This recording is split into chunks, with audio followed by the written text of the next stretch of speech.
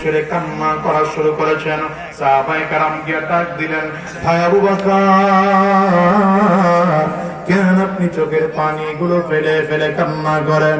আবু বকর সিদ্দিক বলেন, শোনো, নবীজি কি বলেছেন কি শোনো নাই? নবী না বলেছেন দিন আজকে কমপ্লিট করে দেওয়া হলো।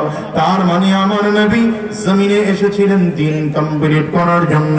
আল্লাহ তাআলা নবীজির মাধ্যমে দিন কমপ্লিট করে দিলেন। এখন আর নবী বোধহয় জমিনের মধ্যে বেশি দিন বাঁচবেন না। আবু বকর সিদ্দিক চোখের পানিগুলো ফেলে ফেলে কান্না করেন আর বলেন, নবীর সাহাবীরা শোনো, আমার নবী যদি জমিনে না থাকে আমি কেমন করে জমিনের মধ্যে থাকবো? আমার নবী যতদিন মক্কায় ছিলেন আমিও ততদিন মক্কায় ছিলাম। নবী মদিনায়, আমি আবু বকর সিদ্দিক মদিনায় এসেছি।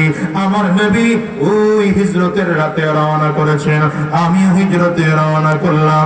আমার নবী যদি জমিন থেকে বিদায় হয়ে যায় আমি আবু বকর জমিনের মধ্যে বাঁচতে পারবো না। আবু বকর সিদ্দিকের কান্না দেখে সব সাহাবায়ে কেরাম দাঁড়িয়ে দাঁড়িয়ে চোখের পানিগুলো ফেলে কান্না শুরু করেছেন। পয়গম্বর তাকায় দেখেন সব সাহাবায়ে কেরাম দাঁড়িয়ে কান্না করে। নবীজি ডাক দেয়, সাহাবীরা শুনো, আমি নবী যদিও জমিন থেকে বিদায় হয়ে যাব, কোন নবীরা দুনিয়া থাকতে পারে নাই, আমি নবীও জমিনে থাকতে পারবো না।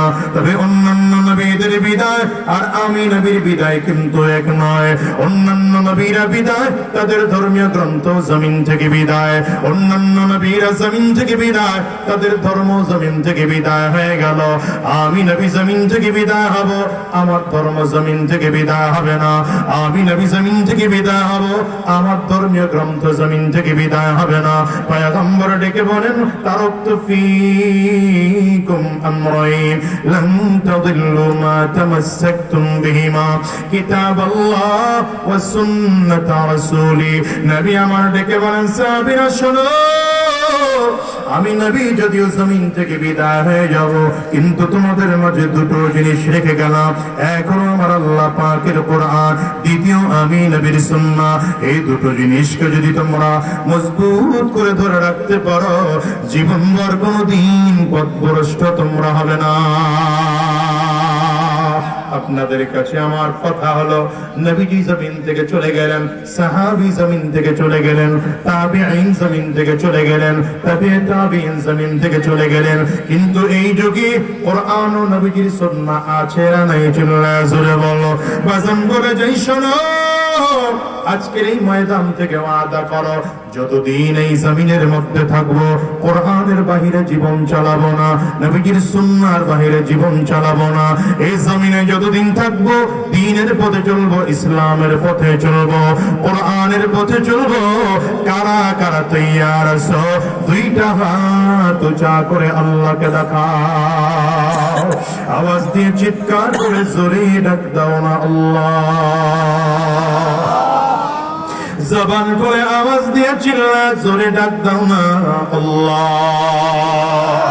দরমানি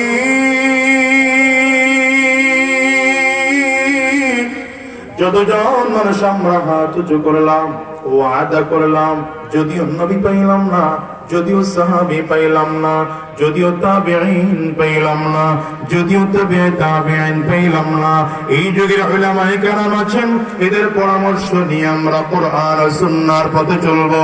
আল্লাহ তুমি কবুল করে নাও, কবুল করে নাও, কবুল করে নাও। চিল্লা বলো আমিন। আলহামদুলিল্লাহি রাব্বিল আলামিন, আলহামদুলিল্লাহি রাব্বিল আলামিন, والصلاة والسلام على سيد الأنبياء والمرسلين. ربنا ظلمنا أنفسنا وإن لم تغفر لنا وترحمنا لنكونن من الخاسرين. ربنا لا تزغ قلوبنا بعد إذ هديتنا وهب لنا من لدنك رحمة إنك أنت الوهاب. رب ارحمهما كما ربياني صغيرا.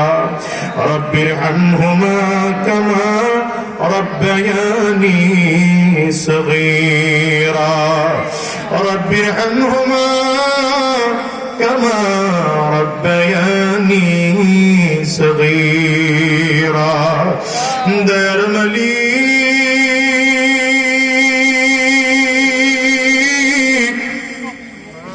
তোমার প্রতিভায় গুনাহগার গোলামদেরকে নিয়ে আমি গুনাহগার হাত তুলেছি জানি না এই মজলিসের মধ্যে কার জানি ঘরে মা নাই জানি না কার যেন ঘরে বাবা নাই